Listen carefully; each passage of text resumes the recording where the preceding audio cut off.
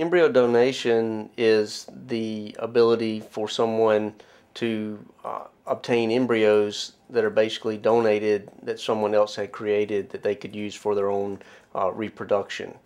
And the embryo donation typically would come from a sexually intimate couple that had created embryos through IVF for their own use, who had the children that they wanted to have, and then later had a few embryos that were remaining cryopreserved, and they chose at the point to donate them to someone else anonymously rather than to have them continued in storage, thaw or destroy, or donate to research. Typically, women try to go through the reproductive process using their own gametes, meaning their own eggs, and either their partner or donor sperm.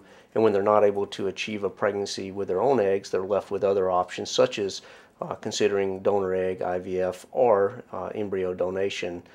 And for some, it is a financial matter where donor egg might be more expensive, and so this is a least expensive alternative. Some of the indications for using donated embryos would be in couples that have unidentified or untreatable forms of infertility, single women with untreatable infertility, recurrent pregnancy loss,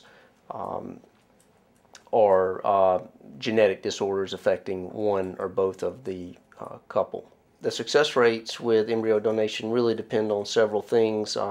First and foremost would be the quality of the embryos, which also directly reflect upon the age of the woman that gave the eggs to create the embryos, and also the number of embryos that are transferred. So success rates can be very high, as many of the embryos that are donated actually came from donor egg IVF cycles. And so upwards of 65 to 70% live birth rate can be obtained. I would say a more average rate would be in the 30% range to 40%.